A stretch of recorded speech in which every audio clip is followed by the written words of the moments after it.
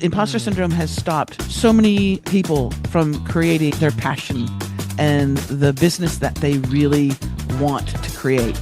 So they stay small. They stay maybe employed at a company that they don't really like. Monday come around and they don't want to go because of that imposter syndrome.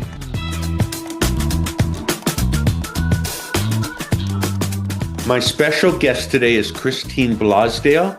She is based in New South Wales, Australia. She works internationally. And a little bit about her I am going to read is that she is an expert in storytelling, authenticity, podcasting, media work, and helping entrepreneurs be seen and heard. Christine, it's a pleasure to have you on. Thank you, John. I've been looking forward to this. Thank you so much for having me. Yeah. Now we call this the Getting the Deal Done podcast because our business is helping owners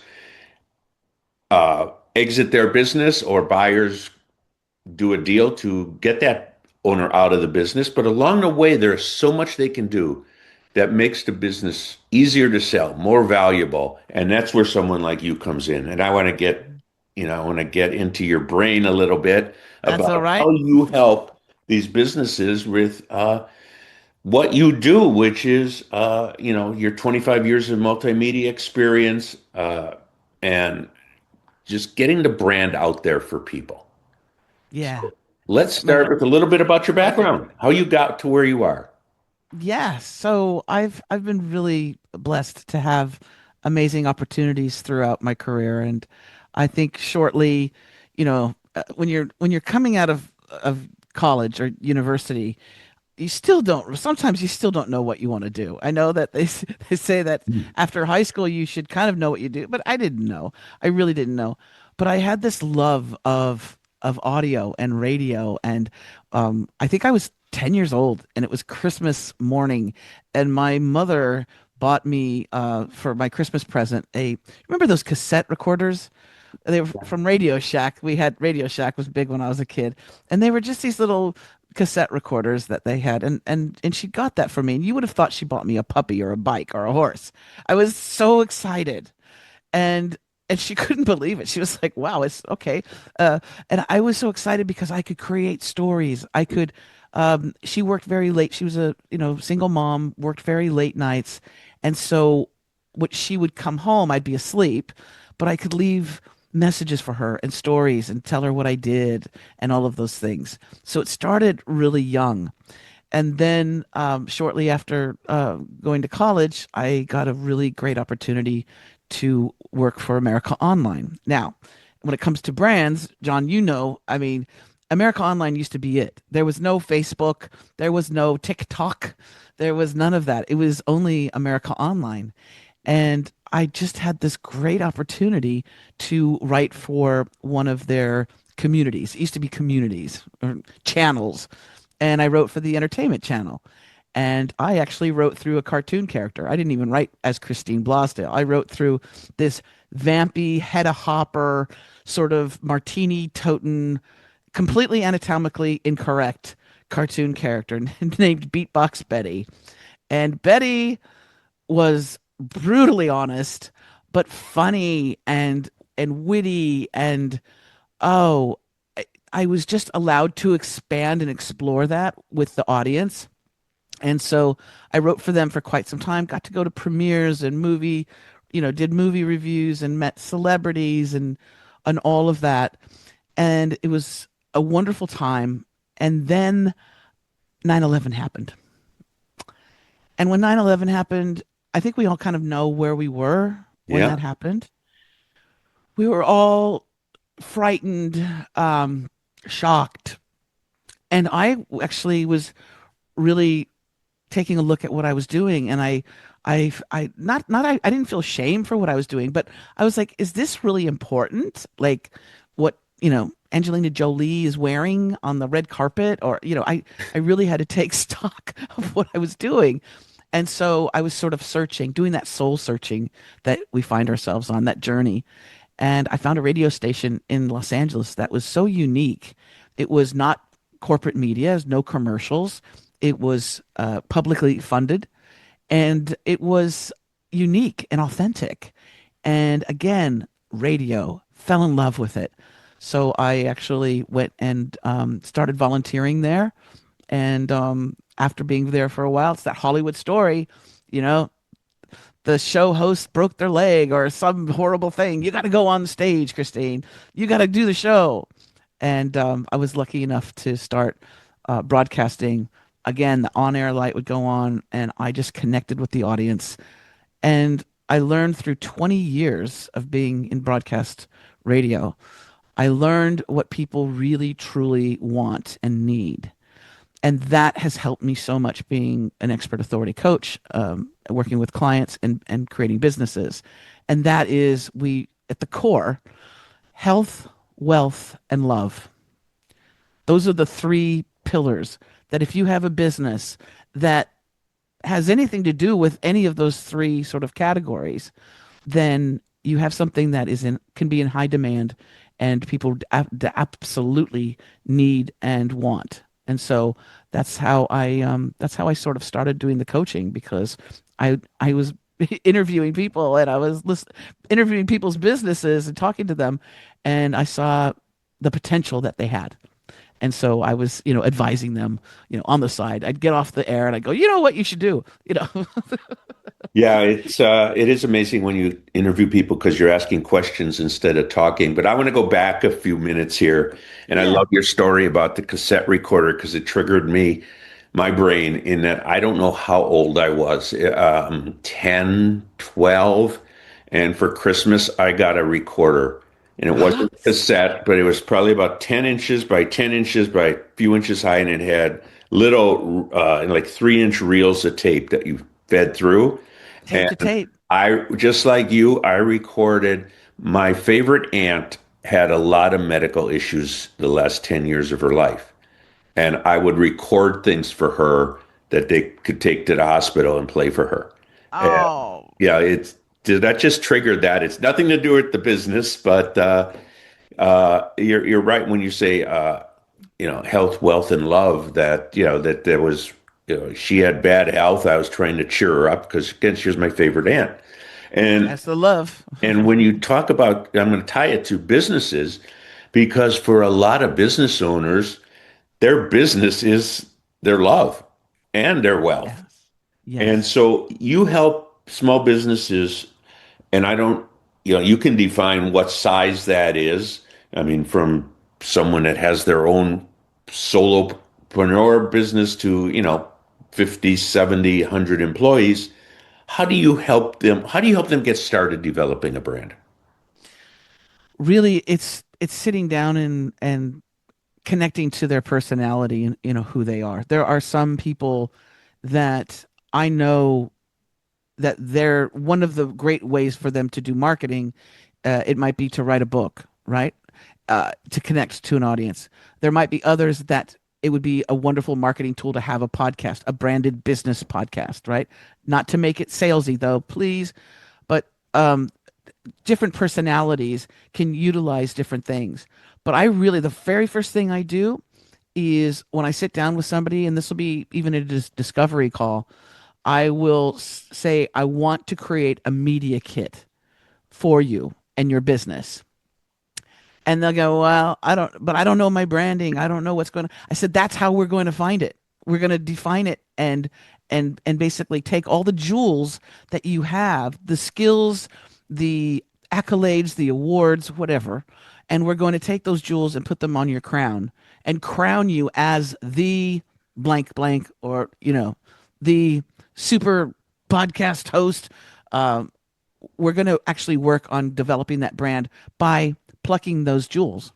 And when I sit down with them and create the media kit, and I always have mine sort of handy, right? The media kit is basically, I say to folks, if I'm going to market you, put you in a position where you're going to get interviewed on podcasts, written articles in magazines, quoted in the newspaper, on television, all these things, right? If I'm going to do that, we need to know how you can benefit the audience. What are you going to bring that is going to make a TV host or a uh, a writer, a journalist, or a podcast host, what things can you do on that show or in that interview that are going to help their audience? Not so much about you and I want to be on a show to promote my business. No, no, no, no. What can you deliver? What can you offer the people? And when we break it down to that, uh, it's actually really interesting because people all of a sudden realize what their core values are and their mission is, and then we solidify it. And so it's just a little bit of it's a little process, but it's actually really, really fun. And we sometimes we create whole new names, whole new titles for people. So I love that. I had just the other day, I had a wonderful client who's um, she's she's a brain coach, and she said there's lots of brain coaches out there, so you can't just call me the brain coach. And I, after talking to her, she is so gentle and so loving, even though she's a complete brainiac. I mean, she's genius. I said, "How about the brain coach who cares?" And she went, "Oh, I think that's beautiful." I said, "Right there, the brain coach who cares says a lot about you and will tell potential patients, clients, who you are. And now we just need to demonstrate that in the content that we create." So that's what I love to do. I love doing that stuff. Okay, so I'm going to give you a question out of left field here. Yeah. And that is, I had a guest on the show that will be out about 2 or 3 weeks before this one goes live. And what you're talking about doing, he is doing to help owners that want to get ready to sell to draw everything out because when you get Mm. small business owners, again, whether it's 5 or 100 employees or anywhere in between, the unconscious competent rules and they know so much stuff that they don't even think about doing. And the buyer worries about how am I going to do that? And he's using AI to take, and he doesn't just say, oh, talking to AI, but he does what you do. He asks questions and gets in and uses AI to summarize it all and we'll call it get into the weeds, which I think is very fascinating. Time what you do to build a brand, what he does to help them build a transition plan when they sell. Oh, and I'm so grateful to AI. My chat GPT is like one of my besties because uh and I did but I'll tell people, because the thing is that we want to make sure that we use AI ethically, and it's so important on what you feed it, on the prompts that you give it. And so I give it my original content, and then I'll ask it for a specific spin. Sometimes I'll say, this is what I have now, but I don't know. It's just not hitting for me, and it knows my language now. So it's like, oh, Christine, don't worry. Well, I'll find something that's even better for you. But yeah, tools like that are really amazing. And it saves me a lot of time. But John, I'll tell you, it's also opened up my creative fields. So I am creating more and more. So it's not that I'm doing less work because I'm realizing all the different opportunities that we can create things, courses, presentations, books, uh, video, social media stuff. So I'm not doing less work because of AI. I'm doing more, but it's because I'm creating so much and I'm utilizing the tools. Yeah. Yeah, great. So, changing subjects, you help people, whether it's business owner or could be an executive, an employee, get over imposter syndrome. Mm-hmm. And you've had an experience with that. Mm-hmm. Talk about that and how they don't need to know exactly how you do it, but we have to say, how do you get to that point that you can, quote unquote, cure them? Well, and I don't know if it's ever a full cure because those synapses run so deep. A lot of times, people, when they experience imposter syndrome or they have repeated experiences of it, it's because something that happened usually at a young time in their life and informative years. Because as you get older, like I'm 60 now, and so if somebody says something, oh, I don't like your hair or you're stupid, I don't. It's like whatever. Yeah, who cares? And but when you're 5 years old, and somebody says that, if it's a kid on the playground who says it, that can still cut deep. And we hold on to it in our subconscious. And if it's a person of authority, like a teacher or a parent, oh, and it doesn't matter. It crosses all socioeconomic lines. So it doesn't matter how many degrees you have, how successful you are. You can still suffer from imposter syndrome when you're asked to stretch, when you're asked to do something a little that you're not sure of. Uh, what happens is we worry about what are people going to think about me? Who am I to, depending on the imposter syndrome angle, who am I to tell people what to do? People are going to think I'm too old, I'm too fat, I'm too this, I'm too that, all the obstacles, right? And I'll tell you, imposter syndrome has stopped so many people from creating their passion and the business that they really want to create. So they stay small. They stay maybe employed at a company that they don't really like. Mondays come around and they're just, ugh, they don't want to go because of that imposter syndrome. So, a couple ways that I deal with it with clients is I say, okay, and I work with a lot of coaches and I work with authors and consultants and things like that. And I'll say, so let's say it's a fitness coach and they have imposter syndrome, which is, you'd be surprised, but it's true. So I'll say to them, first of all, stop focusing on you and how you look. And they go, but that's my whole business. That's my whole brand. I'm fit and yeah. Okay, stop it. Focus on the people that you claim you want to serve. Why are you doing this fitness coaching? Well, I want to help people feel better in their bodies and live longer and have, extra energy and blah, blah, blah. Okay. You need to focus on them. As solopreneurs and entrepreneurs, a lot of times we live in a silo. And so we think it's all about us. It's actually about the people that you serve and how they benefit from your expertise, your wisdom, your skills, right? Once we focus on them and not on ourselves, it takes a bit of the heat off. And we realize that we need to show up. Because if we don't show up, that person's not going to get fit, right? If I don't show up, my clients are not going to learn all of these great things and know about all these tools that they can use. So we basically shift the attention to the people that we say that we want to serve, our customers or our clients.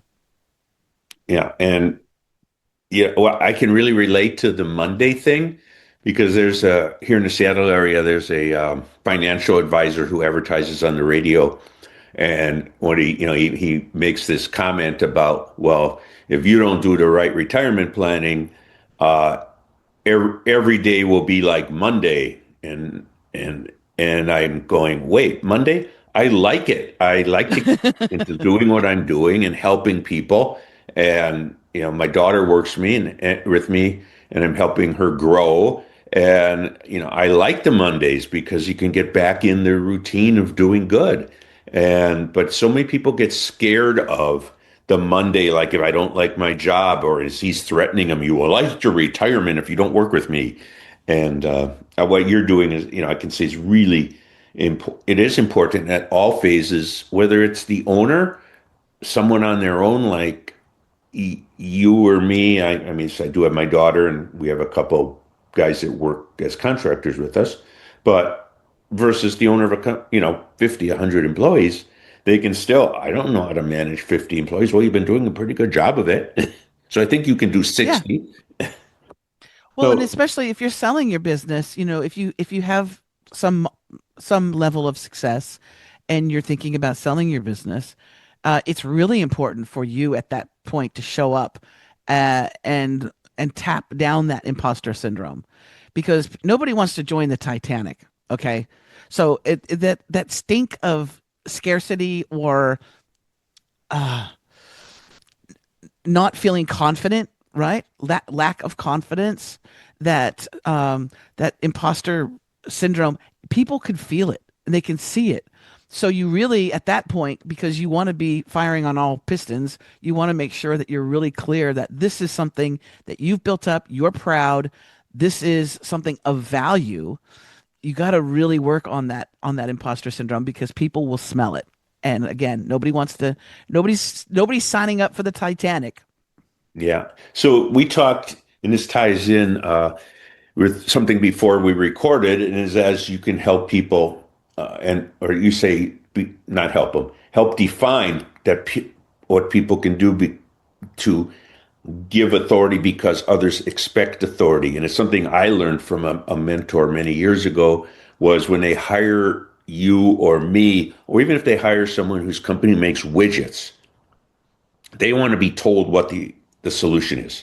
And they don't want an advisor or a salesman to say, well, there's three ways we could go, A, B, and C, or three versions of this product, A, B, or C. Which one do you think is best? They want you to say, this is the best option for you.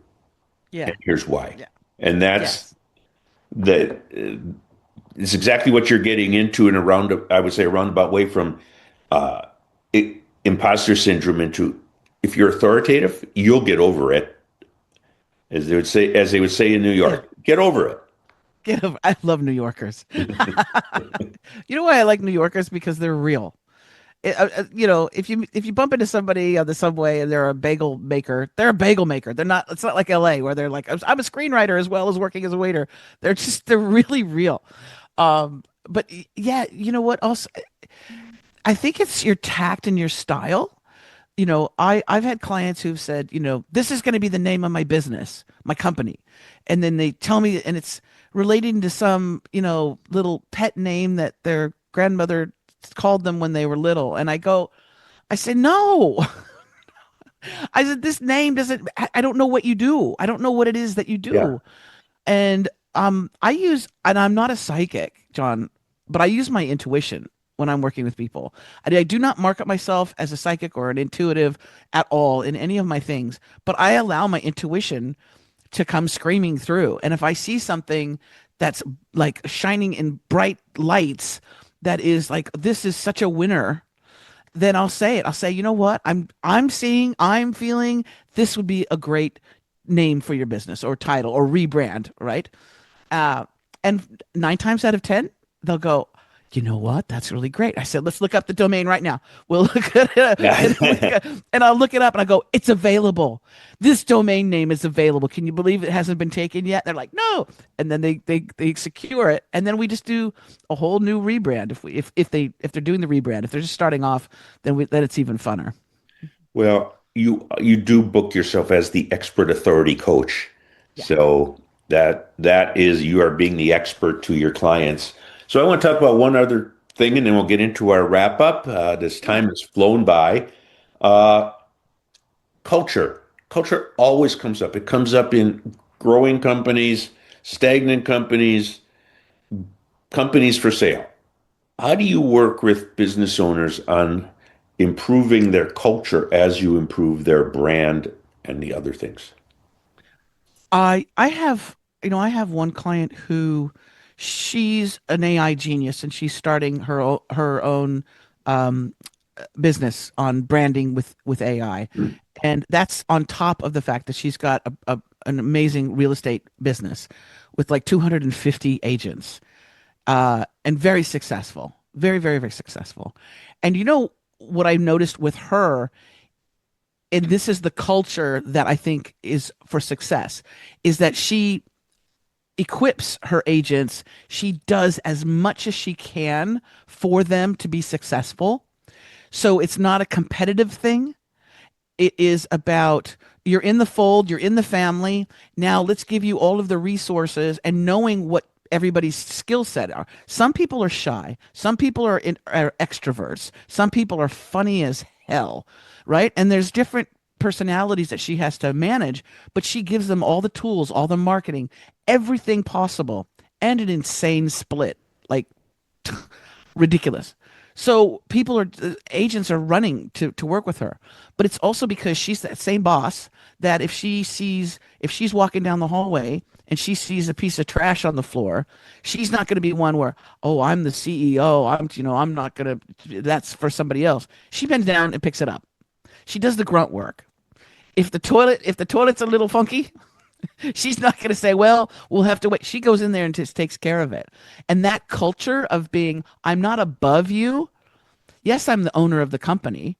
And if you really, really mess up and it's something that I'll be liable for, we're going to have a conversation. But it's really about that team building and that she's there to support them. And I think that's a real great leader. I think that that creates a culture not of fear. You know, it's like with religion. A lot of time for many years we were fearful of this God who's, going to judge us and we're born in sin. And that kind of scary thing is not the best way to build a good culture in your workplace. People should not be terrified when you walk in. Let's put it I that way. love your owner CEO example, and I'm going to add a quick one here. A friend of mine is a guy here in Seattle. His name's Bob Donegan. We actually both grew up a few miles apart from each other and out around Milwaukee, Wisconsin, and met out here a number of years ago. He's the president of Ivers. They have like a dozen or more fast serve seafood restaurants, very nice seafood sit down restaurants. They're the number one concessionaire at all the stadiums in town. And I know at least when the Mariners, the baseball team, is playing, he if he's in town, he is at least one game every series, and he works. He'll say, "I'll haul out garbage if it needs hauling out. I'll stock the shelves if they're running low on something." And employees pick that up, which is why his business has incredible employee tenure. Because they know that he's one of them, Yeah, right? It's not this thing of that they're untouchable. And I think that's authentic and that's being relatable to your crew, to the people that work for you. And you'll find too when you're amongst the people that you've hired, you're going to see who's the achievers and you're going to see the people who just like clock in and maybe who don't do anything. So it's actually a really great way to know who's doing what. And another thing is to tap into your employees and find out what it is that they're passionate about. Maybe they're doing the widgets, but they're really passionate about something else. And you might have somebody who could help your marketing team, but you have them doing widgets. You see?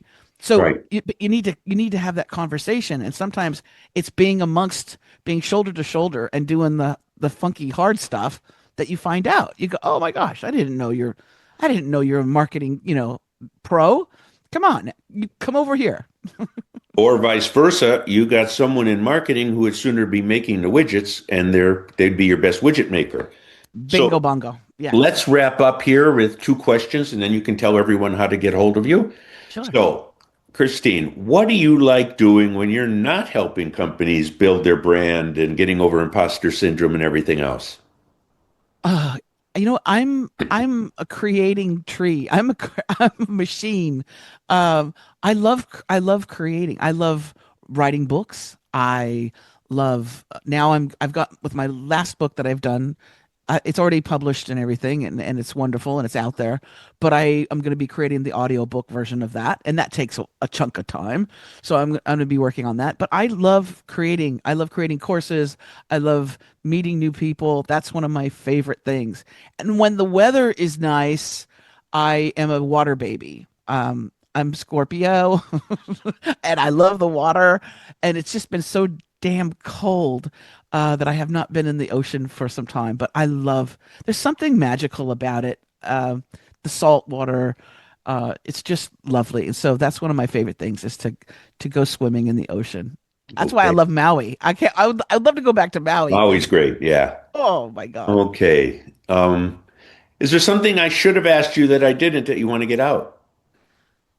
No, I think you did really good. I love your Oh, style. I'm I going to love your clap for interview myself. style. Yeah, no, I'll clap for you. I've been doing this for a long time. I've been interviewing people for 25, 30 years. And I really like your style. I like you're very comfortable to talk to. And you make people feel very safe and heard. So thank you so much. Thank you. So, how do people get a hold of you? How do they get your books? All of Yeah. that. So they can find all my books on Amazon under my name, Christine Blosdale. But the best way is just to go to my website, and all of that stuff is there. All of the webinars that I have as well. It's expertauthoritycoach.com. That's expertauthoritycoach.com, and on that website they can also book a free discovery call with me if they want to if they want to have me, pick my brain a little bit, so to speak, if they want to find out about their brand, how they can expand it, and get some advice, I would love it. And that's right there at that expertauthoritycoach.com. They can Okay, click a we link. will get that out there. We'll get in the show notes. Thank you, Christine. This was a wonderful conversation, and Thank you, John. I got a lot out of it, and I'm sure everyone listening to it, will also get a lot out of it. Thanks for being on our podcast. Thank you, darling. And I'm so glad you and I had the same experience with the little tape recorders when Yeah, we were young. it's triggered a kid memory that I haven't thought of Yeah. in decades. Wow. Thank you, John, so much. I Yeah, you're appreciate you. welcome.